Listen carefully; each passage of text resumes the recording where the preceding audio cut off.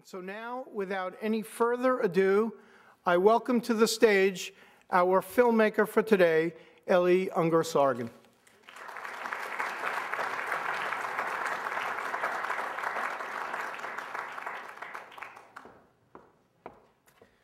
Thank you so much, Dr. Lewis. Thank you all for coming.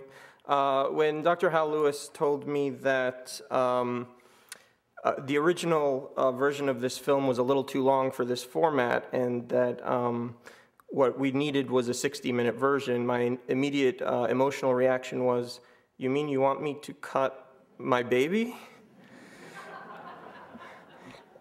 And, but after that initial emotional reaction, I moved on and saw it as a creative challenge, and I think that the result is really the essence of what I was trying to do all along with this film. But I'm getting a little ahead of myself. The reason I made this film is because for the majority of my life, I have been in a state of conflict, an inner struggle, if you will, between the values of the secular Enlightenment that I hold dear and the Jewish tradition. And I wanted to express that in film. And circumcision, although at first blush doesn't seem like much of a topic, the more you learn about it, the more it unfolds, and you realize how broad a topic it really is. And that's why I made this film. It's a metaphor for my struggle with this conflict between secular humanist values and the values that I've been raised with from my Jewish heritage. Circumcision is a very controversial subject, and controversial topics tend to polarize people. I knew this going into making the film, and one of the things that I strived for greatly, and I continue to strive for in my promoting of the film, is that this experience of watching the film not be a polarizing experience, but rather an inclusive experience, an experience in which we open up channels of dialogue that weren't there before. Everyone that you're going to see in this film, whether I agree or disagree with what they have to say, I have the utmost respect for, and I continue to have that respect, and I thank them from the bottom of my heart for participating in the film. But what I'm really trying to do here is to open channels of dialogue, to have this film really be provocative in the right way. And not in the wrong way. And what I mean by that is that I want to have a high-level discussion about a topic that I think is very important and needs to be talked about. So thank you so much for coming, and I hope you enjoy the film.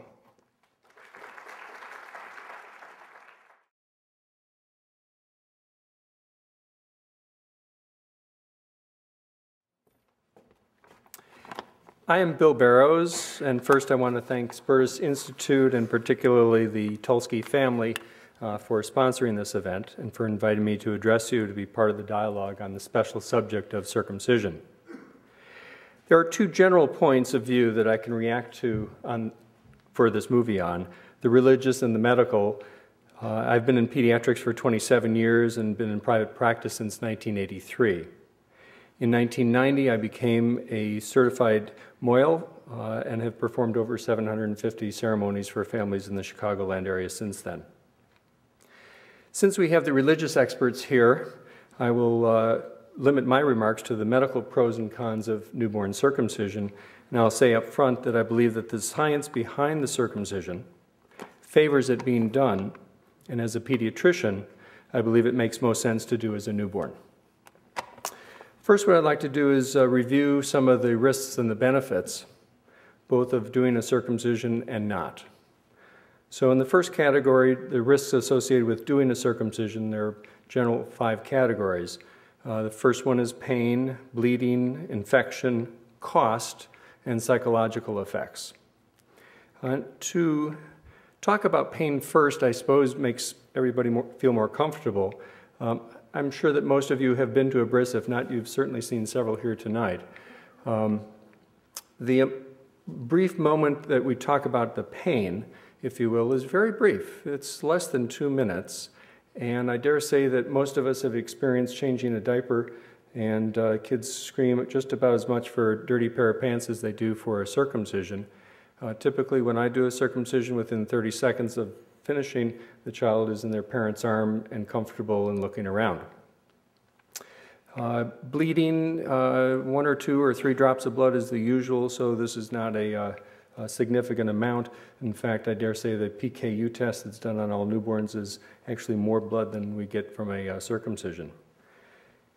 The literature talks about as much as 1% of circumcisions getting infected. I'll go on record as saying that I've not yet seen my first one get infected, not only as a pediatrician, the ones that I've done, but when I talk to my friends who are urologists and infectious disease docs, we all question where that 1% comes from. I suppose the answer is that there's a yellow discharge that's on the glands of the penis a day or 2 later, and I suppose that can be confused with infection. Since I've never treated a single one with either antibiotics or any special ointments or creams other than Vaseline, I really question whether that infectious disease rate is really even close to 1%. Cost. Now, when you do it as a newborn, it's usually done without benefit of the urologist and the anesthesiologist and the recovery room and all that. It's usually just done at either in the home for a bris or in the office or in the hospital. And so it's just a few $100s. When you do the circumcision as an older child, say 6 months of age, or a 6-year-old or a 16-year-old, then you increase the cost dramatically to several $1,000s because of all the different costs. Therefore, if you're going to make a decision to do a circumcision, I think it makes much more sense to do it as a newborn. Psychologically, Ellie, you brought up many points here that people have talked about for years, and you raise one question, which is that, are you aware of the large group of people who are protesting this? I would question the adjective large. I think that there are some people who question it, but I'm not sure that I would say that it is a large voice out there. Psychologically, people always bring up the question about sexual sensitivity. A friend of mine who's a urologist for as many years as I've been in practice, he says that he sees no difference in terms of the sexual dysfunction, whether they're circumcised or not, and there doesn't seem to be much in the literature that talks about either favoring one way or the other. Now, risks of an intact foreskin. These are the questions that come up certainly every day in my office. Urinary tract infections, in other words, a bladder infection, are very hard to diagnose as a newborn in particular, but also when you get to be an older man in the nursing home. They're much harder to diagnose when somebody's not really talking, and therefore the damage that can happen can be very significant, and it can lead to scarring of the kidneys. I dare say that each year in the Chicagoland area there are several kids who undergo kidney transplant because of recurrent urinary tract infections, which is between 4 times more common and 12 times more common in babies who are not circumcised. Phimosis is a condition where the foreskin cannot be retracted off of the glands of the penis, and by about age 4 or 5, about 4% of boys who are not circumcised are not able to do that, and therefore are not able to clean. And as a result of that, they, at that point, undergo a circumcision. And if you talk about the psychological events of a 4-year-old and penis surgery, that is significant. There's also an infection of the tip of the penis, which is a lifelong risk of about 4%. But that usually is easily treated with antibiotics, but it's almost unheard of in the boy who's circumcised. The last, second to last one actually, is that cancer of the tip of the penis is about a 1 in 600 lifelong risk for developing cancer. And this is something that is significant, and unfortunately when the tip is cancerous, you use the word amputation, that is unfortunately what has to happen to deal with the cancer. So this is a lifelong risk of intact foreskin. HIV and other sexually transmitted diseases like gonorrhea and syphilis have come up and certainly are there. We don't usually talk about them as the only reason for doing circumcision, but certainly is there. When I became a mohel about 17 years ago, I did not think to bring, I did so in order to bring my professional life and my religious life together. I did not think at that time that there was a conflict between the science and the covenant of Abraham and Sarah, and I still don't. There is a psychological viewpoint that can creep in here. It Takes a Village to Raise a Child was a book that was written by a well-known politician. That's not a political endorsement, don't worry. Jews have understood this for thousands of years. There's something very powerful about the Brit Milah ceremony that binds us together. The concept of covenant is very strong. Circumcision is not a simple procedure for parents. It is truly a sacrifice for parents to God. It is a bond of faith to our God. This is not quantifiable, but it is very strong. One of the most important parts of the Jewish religion is the sense that we are in this world together to help God repair the world.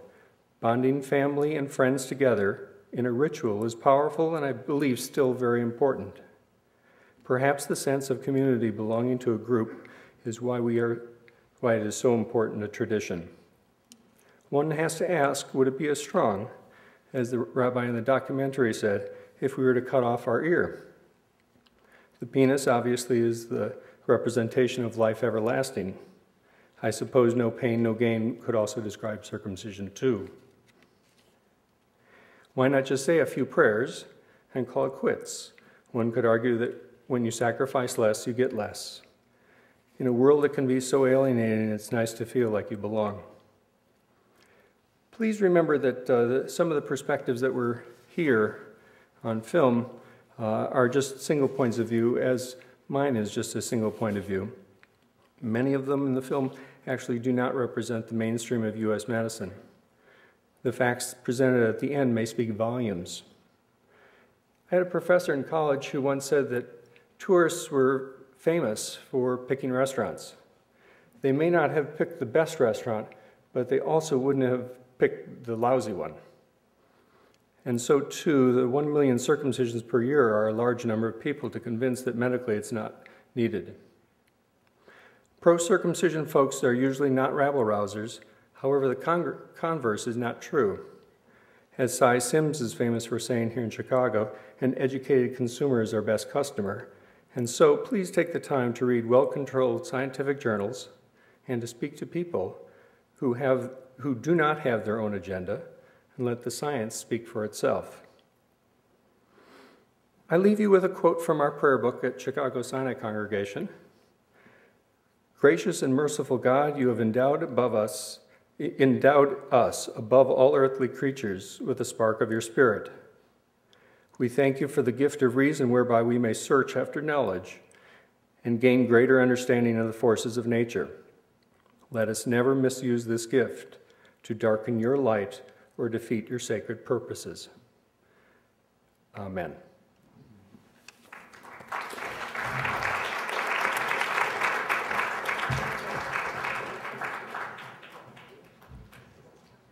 Our thanks to Dr. Barrows. We now call to the microphone Rabbi Asher Low-Patton. I also want to thank the Spertus Institute and the Tulsky family for allowing us to have this important discussion and to view what I view as a very important film. I have to say that I've seen this film several times, the long version. I like the short version a little better also. And in fact, the first time I saw it, it was under sort of some pressing circumstances, and I saw it at home, and I didn't, my 3-year-old was sort of walking around the house, and don't show it to your 3-year-old girls. It's probably not the ideal film for them. She was traumatized for even longer than the baby was, I think, but, you know, and so I've seen this film several times, and each time I think I go into it worried as a rabbi, as an Orthodox rabbi, as someone who loves the tradition, as someone who has circumcised 2 of my kids, our 2 sons, and I go into it nervous, and I always come out of it, feeling it's a good, meaningful, powerful film Jewishly. Now, again, scientifically, I think our good doctor has spoken about it, and there's a good discussion I think we can have. But as far as the religious struggle, I think it brings up some very important points. Ellie's father has, when I spoke to him initially about the film, he called it a Kiddush Hashem, a sanctification of God's name. And you might ask, how is a film that from the outside seems to be anti-Brit Milah or questioning of this ceremony, how could it be a sanctification of God's name? And I really believe that it is that on many levels. First of all, I think the main message of this film is that Judaism is a religion that has to be taken seriously. And you can't just do things, and especially something like circumcision, and take an easy way out and feel that, well, it's medically it's better, and we've been doing it for generations, and the kids don't really notice it, and it's not that serious. And this film tells us it's something that's very serious. And I wish that every congregant of mine would take Judaism as seriously as Ellie does, and his co-producer, Penny, his wife. I think that that's what Judaism needs in the 21st century. And in fact, centuries ago, rabbis criticized the Jews of their time who would do all the mitzvot, but would take them lightly, and we would do them milu madah just because they were brought up that way. That's just the thing to do.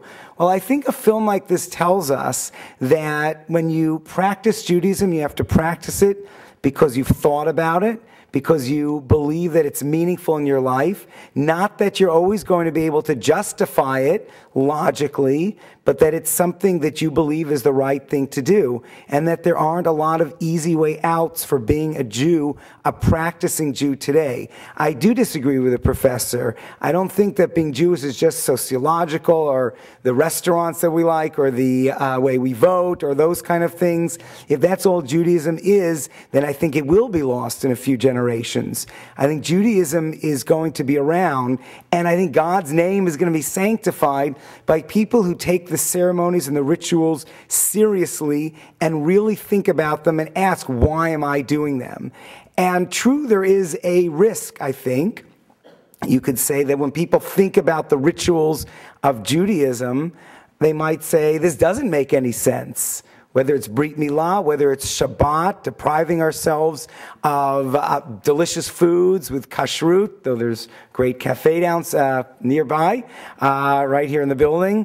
There is a risk that when we take Judaism seriously and we think about Judaism, we don't just do it because we've been doing it for generations, there is a risk that we'll give it up. But I have confidence in Judaism.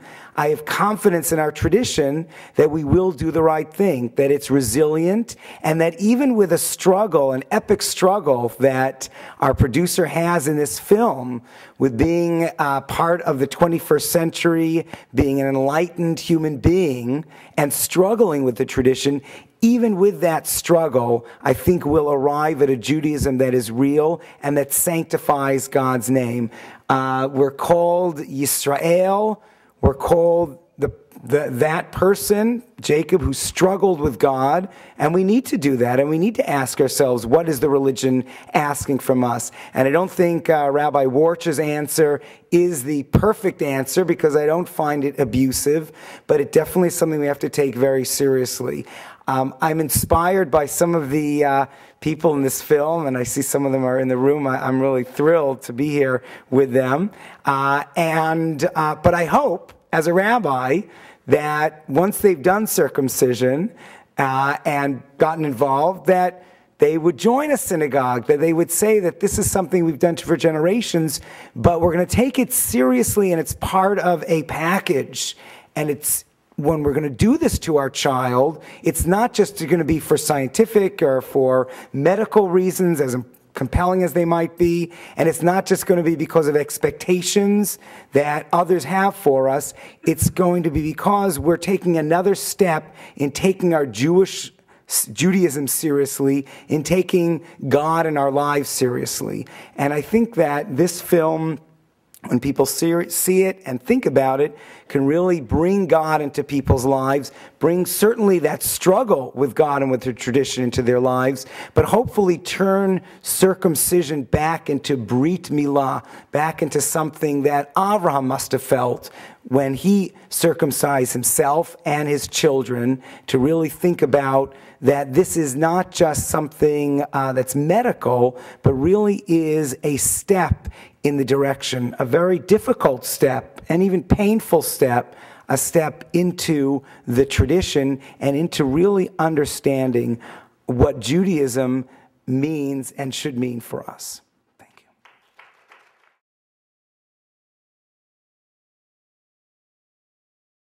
you. So we'll open the floor over here, and then we'll switch sides. Yes, please. My question is for the physician. I'm just wondering, in looking at the sexual dysfunction issue of circumcised versus non-circumcised, is that because there's not sufficient research, or is that for other reasons? Remember that I'm a pediatrician, but when I talk to my friends who are urologists, it does not seem that this is a physical issue as much as it is the psychological issue that people are grappling with. Beth, you have a question on that side, please?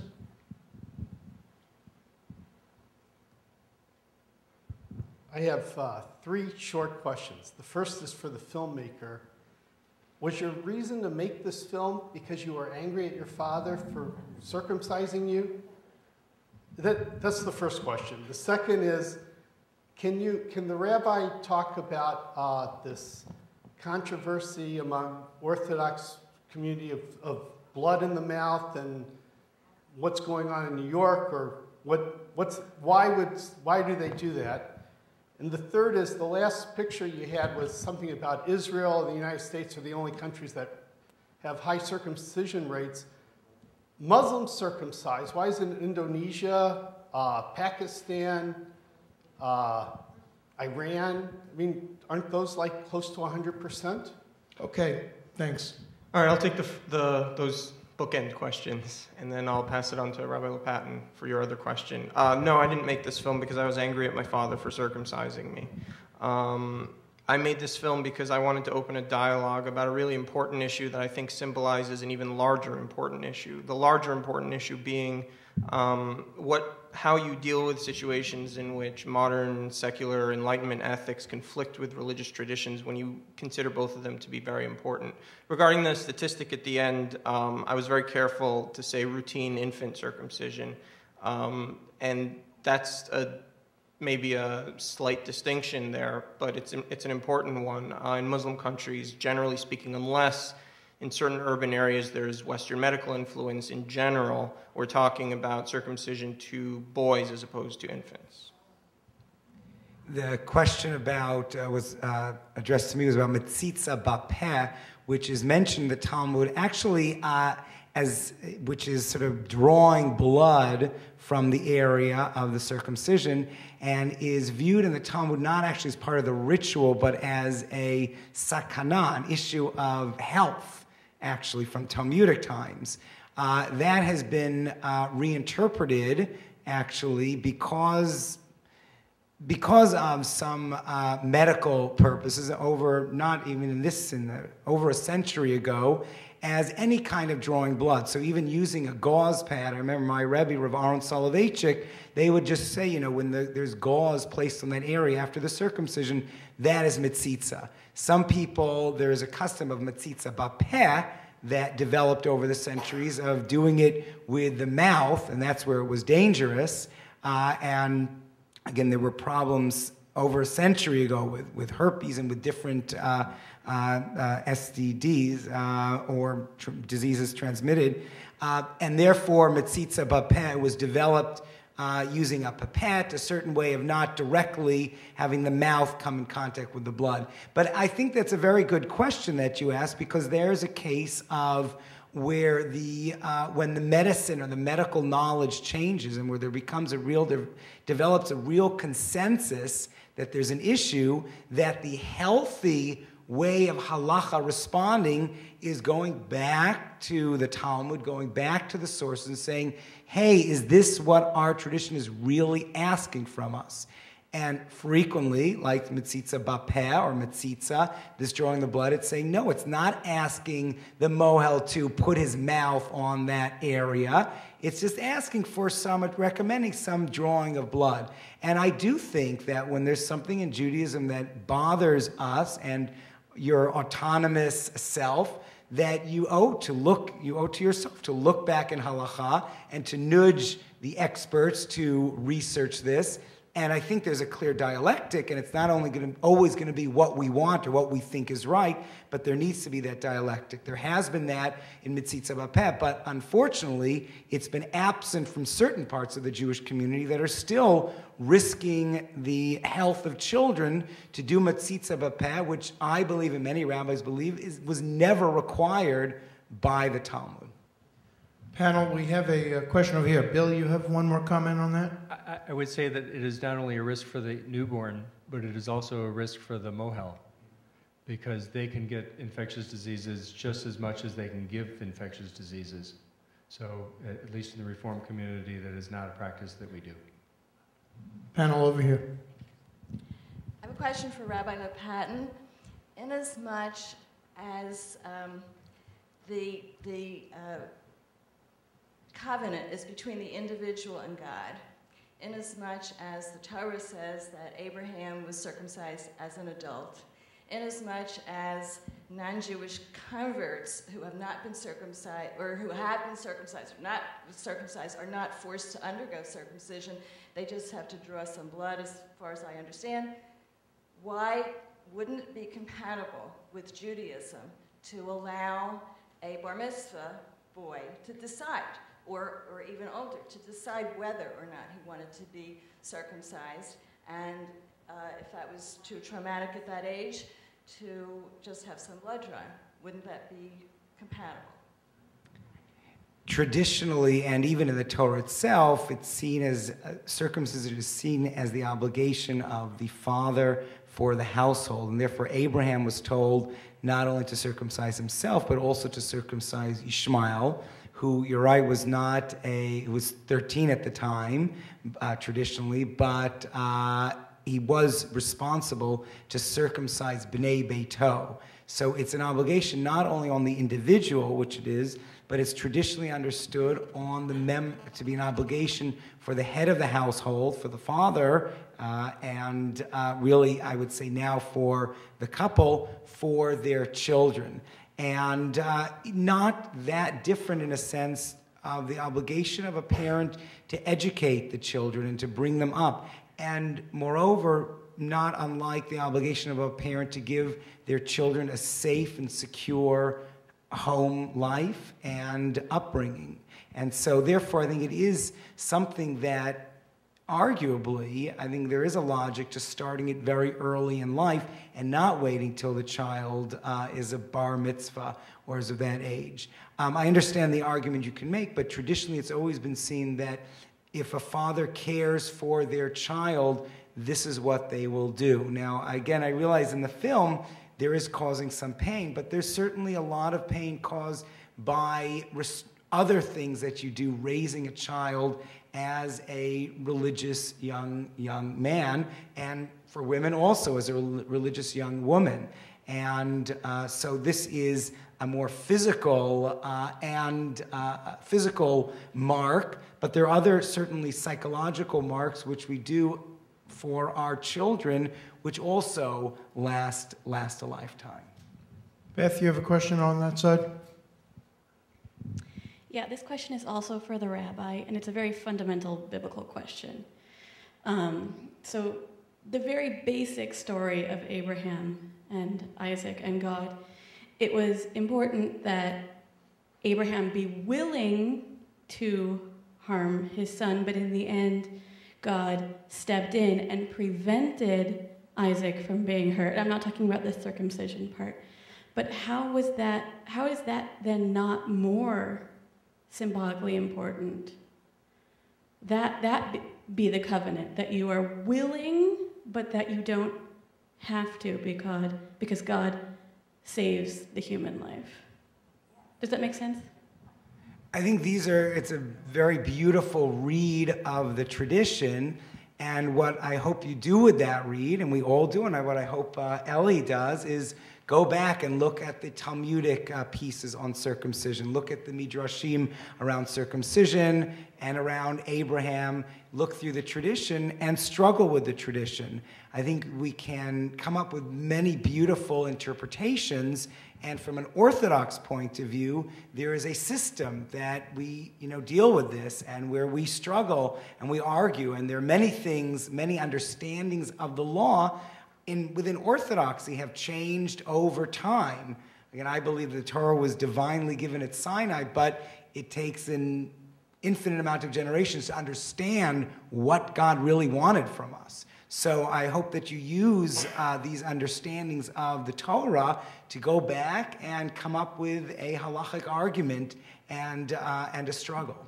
I just want to add to that very quickly that if you actually look at the passage that deals with circumcision and covenant, there's another covenant passage in Genesis that doesn't involve circumcision that's actually older. Just an interesting fact. Panel question over here. Thank you. Just a two-part for the filmmaker. And it's a beautiful film. Congratulations. Thank you very much. To a fellow Art Institute graduate.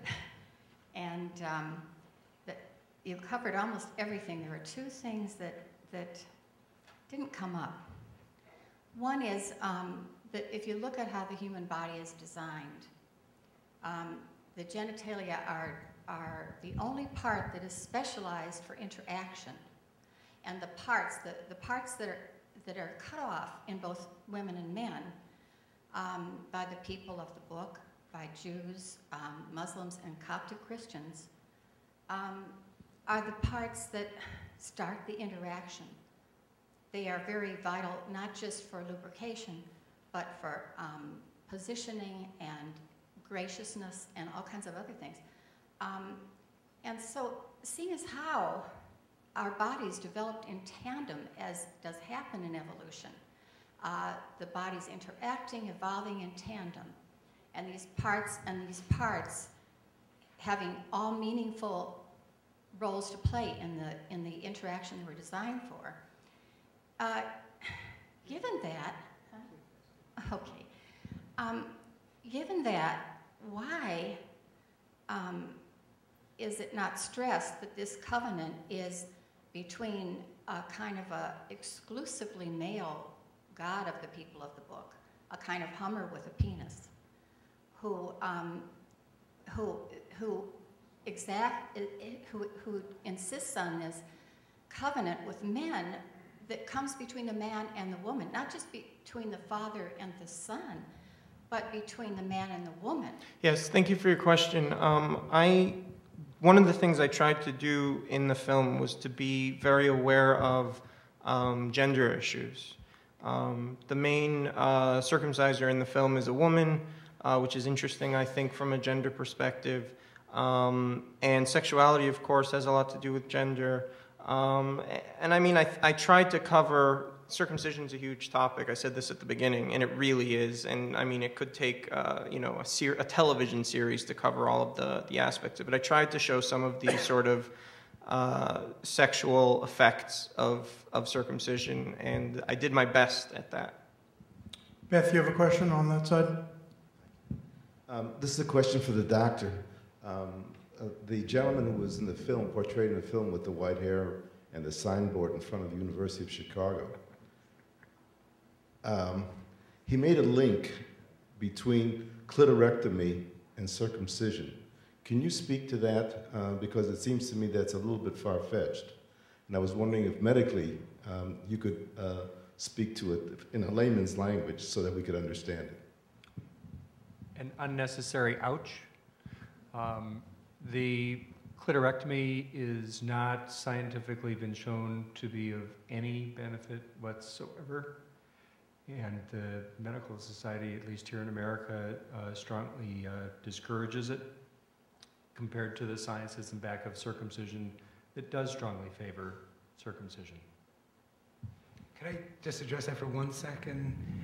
Sometimes, you know, we want an easy out, and we want to say, you know, circumcision is great because scientifically it's supported and nothing like clitorectomy or anything like that. And I think what this film is about, one of the things it's about, is that there aren't those kind of easy outs. When I made a decision to circumcise our youngest son, Gideon, who I saw after I saw this film, it had to be a conscious decision that I'm choosing the tradition. And I know that medical science might go both ways. So it was very comforting for us to say that it's nothing like clitorectomy. But you know, there's a continuum, and there aren't easy answers to our tradition. I think we have to be committed to our tradition, and we have to love it, and it has to be part of us. But there aren't always easy answers. I need to jump in here too, just really quickly, to deal with this issue of the comparison between male and female circumcision. And I know that it rubs a lot of people the wrong way, particularly in our culture. And you know, female circumcision is really an umbrella term that refers to a lot of practices.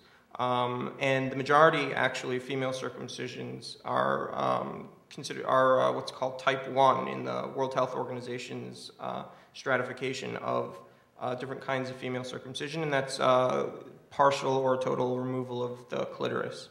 I think, and again, this is a difficult thing to hear, and I understand that, standing in our culture, but I think if one is to be completely objective about this, female circumcision isn't as bad as we think it is, and male circumcision is a lot worse than we think it is in terms of where we are culturally. And I think they're both terrible, personally. But that's sort of just, if you want to sort of have a true north, I think that's the truth of the matter. We've recently seen studies, 3D ultrasounds of the clitoris that show that it's actually, the majority of the structure of the clitoris is embedded beneath the surface, so even a complete clitorectomy doesn't remove the clitoris entirely and doesn't completely ablate the possibility of female sexual pleasure, which is a sort of common misperception. And as I showed in the film, male circumcision removes the most sensitive part of the penis. So again, I think we as a culture see female circumcision as a little bit worse than it is, although I think it's bad, and male circumcision is not as bad as it is. Panel, there's a question over here. Ellie, it appears that you've gone from the Orthodox community to medical doctors in your opinions and getting a wide range of ideas, of opinions.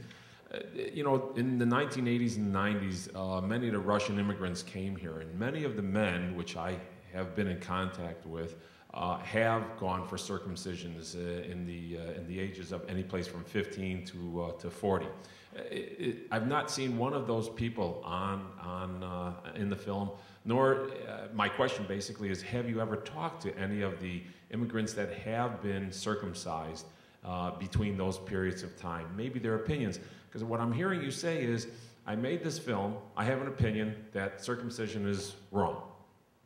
Now, I'm asking a direct question, I don't know if you can answer me, but maybe I have two different questions that I've said.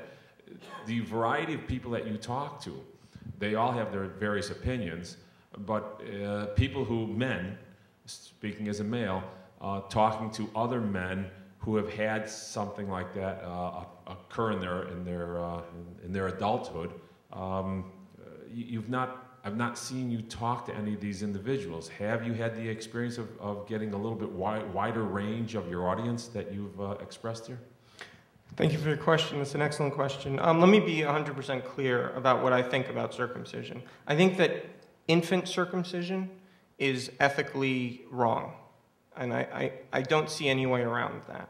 I don't care what adult men do to their bodies. That's their right. And in that sense, I'm not anti-circumcision. I'm against infant circumcision.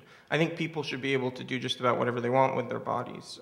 So for me, the central ethical issue, which I was trying to raise in the film, is infant circumcision, because you're basically doing something to someone who doesn't have the ability to consent. I have talked to men who were circumcised as adults or who elected to be circumcised as adults, and I even represented one such interview in the film. But as far as I'm concerned, that's outside of the scope of my interest for this issue. Question over there. Thanks for your film. I thought it was very, very powerful. And I think one of the things that was most powerful about it was the whole relational dynamics that you brought up. And the most powerful moment of all was when your father said to you, your pious, observant father, who has a full profession and studies 4 hours a day, who said to you, your choice is yours and I'll support you. It was just phenomenal. Rabbi, question for you. This is a member of your congregation. He's made a very controversial film in the Orthodox community. How are you going to support, defend, and disagree with your congregant? Thank you for the question. Well, we are a Anshe Shalom B'nai Israel congregation, is a modern Orthodox congregation, and we pride ourselves, and I think the vast majority of our members from the spectrum of Orthodoxy pride ourselves on being non-judgmental.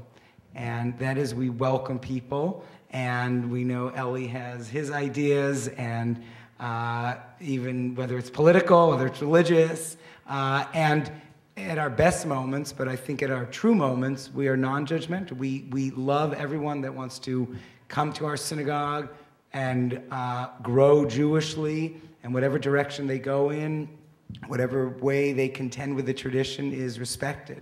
And I think that's what Orthodoxy should do all around. And so Ellie and Penny, co-producer, are beloved members of our congregation, and I'm very proud. I haven't hidden the fact that I'm here today, and I'm very proud of all my congregants that really think and take Yiddishkeit, take Judaism seriously.